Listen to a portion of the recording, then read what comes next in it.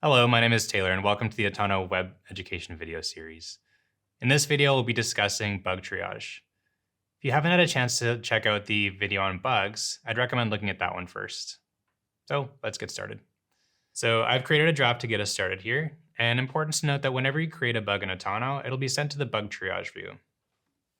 Go ahead and do that, and I can see that that's immediately added to the end of the reported bug section in bug triage.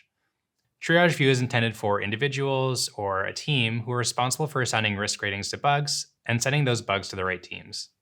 Clicking triage lets me set the risk rating and assign it to a team backlog. As a quick recap from the reporting bugs video, the risk rating is a composite value, the product of the likelihood of a bug happening and the impact that it has on the end user.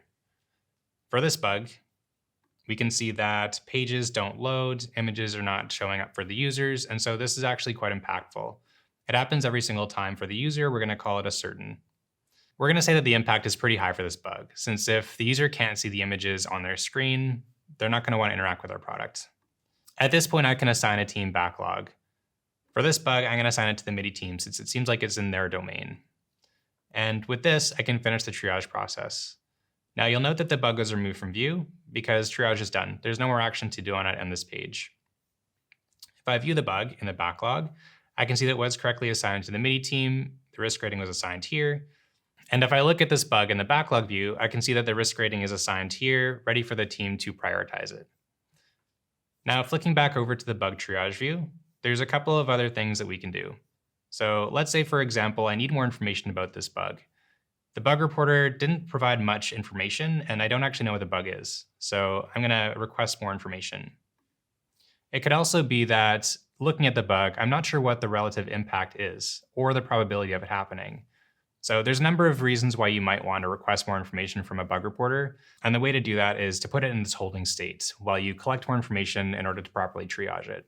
In addition to requesting more info about a bug, you can also simply reject it.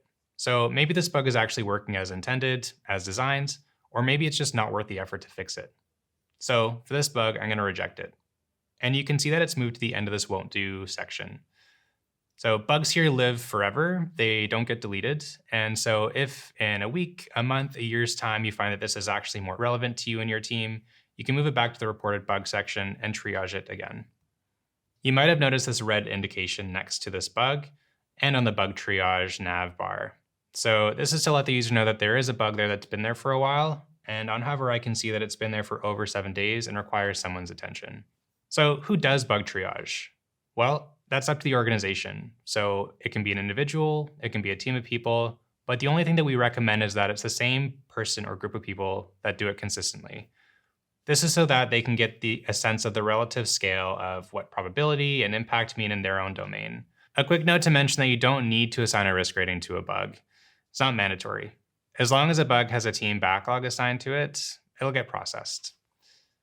In this video, we've reviewed bug triage, requesting more information, and rejecting a bug. Thanks for watching.